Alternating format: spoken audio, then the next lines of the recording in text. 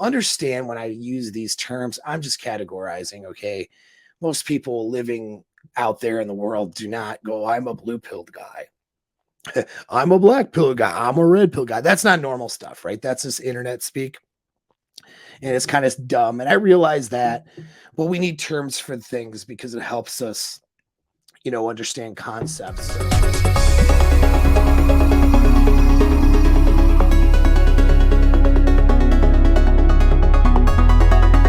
For those of you guys who are kind of red pill, we'll say, this is kind of your red pilling in a way. This is a red pilling of the red pill guys, the way I look at it.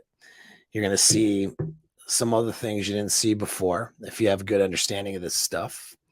So some of the things I'm going to say here is not negative. We're going to take a real hard look at all of it. Okay. Red pill was created out of, we could say necessity more or less, but it was created by guys who had been through some trauma or damage, we'll call it. All right. They've experienced bad things. Either they've seen bad things happen to other people, or they had things directly bad happen to them, or is a mixture of both. And they started, with the internet and forums and the ability to sort of compare notes and exchange ideas. They started going down a pathway of trying to figure this stuff out. And what came out the other end was a red pill. Okay. But you got to remember that damage, all right, and harm to men had been the catalyst, all right, for looking into an alternative understanding of what had been commonly taught about female nature in the sexual marketplace. And a lot of things got pulled from the pickup community. A lot of things got pulled from evolutionary psychology and really whatever else they could get their hands on.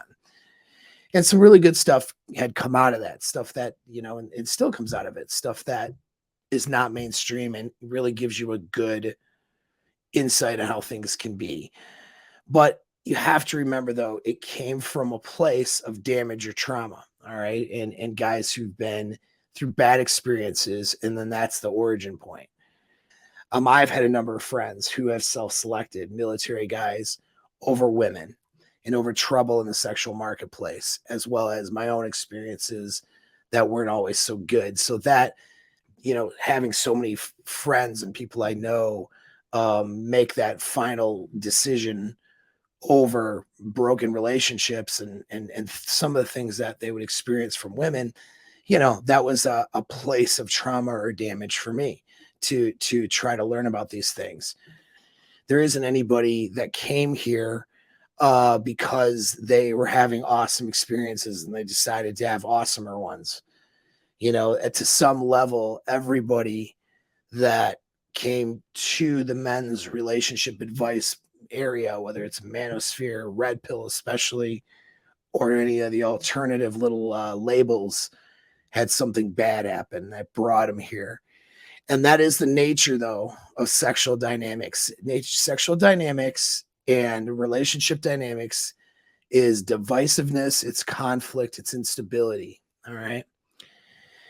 So with that divisiveness, conflict, and instability, you basically have what we could categorize as four things that could happen.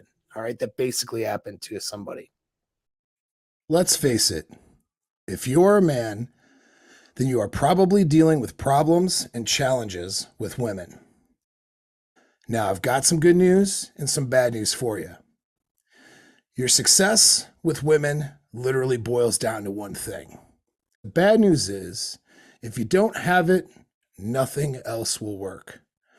All of the money, good looks, and all of the best pickup and game skills out there will fail without you mastering this one thing. And that one thing is frame. The answers to ending your pain and suffering and to start living an amazing life with women is just one click away. Click the link and let's get started. And so here's the fourth thing. So first one is what we would most commonly call like a blue pill lifestyle or paradigm. Now, understand when I use these terms, I'm just categorizing, okay? most people living out there in the world do not go, I'm a blue pilled guy. I'm a black pill guy. I'm a red pill guy. That's not normal stuff, right? That's just internet speak.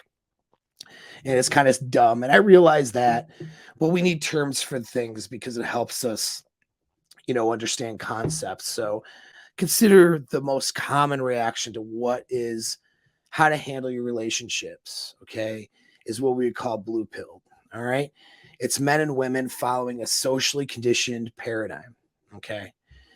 What does that social conditioning entail? Well, they go through relationships. Well, the results of it, first of all, are relationships that are not really that great.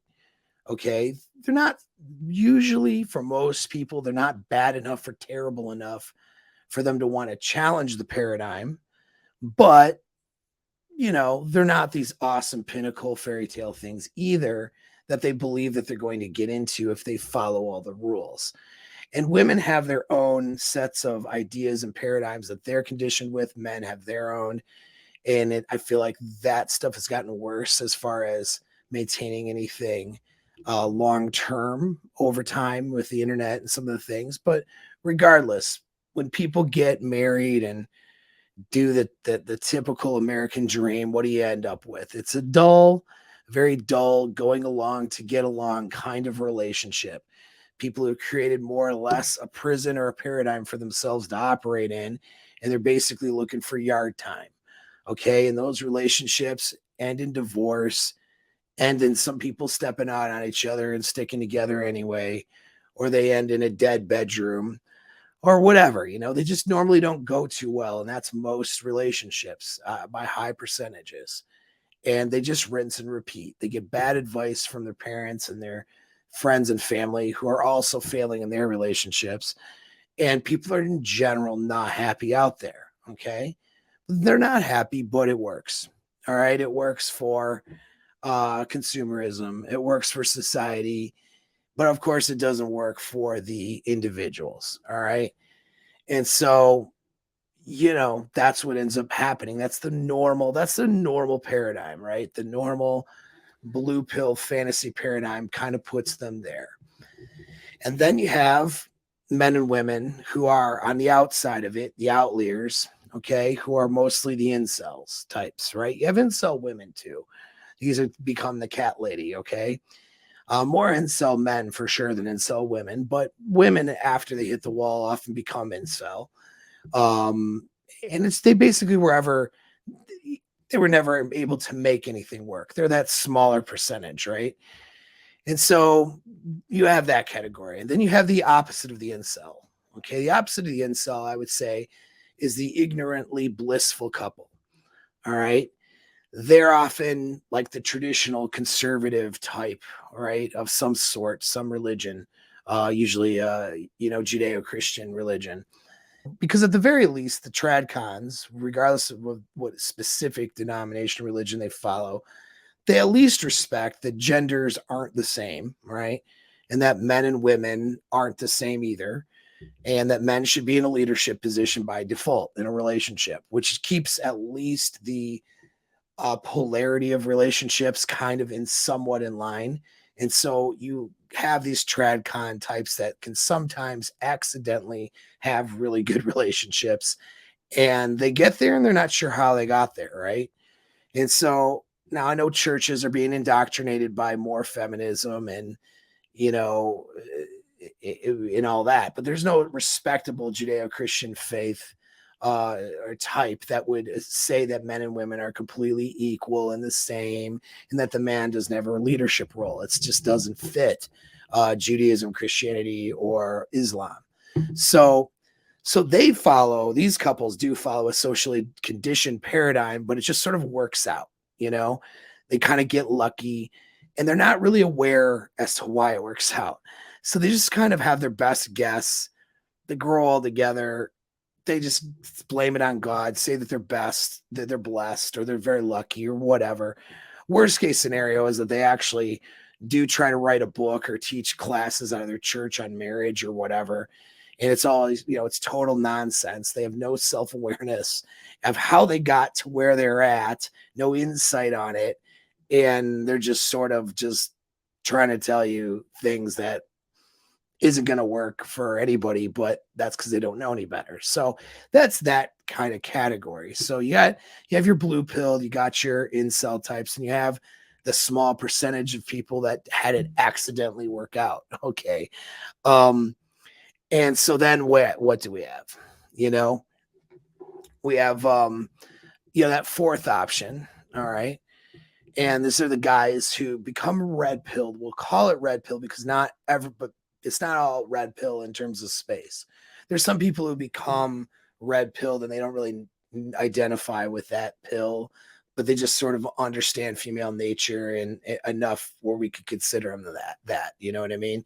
There's people who are red pilled before there was a movement or a term for it. And so that's kind of the fourth thing.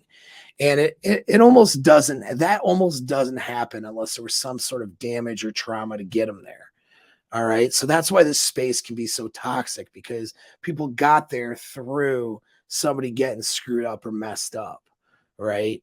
And so the red pill thinking is more objective or true, whether they call it red pill or not. But there's usually something that happened to get them there. Right. Or they witnessed something or whatever, because there's really no catalyst to change otherwise.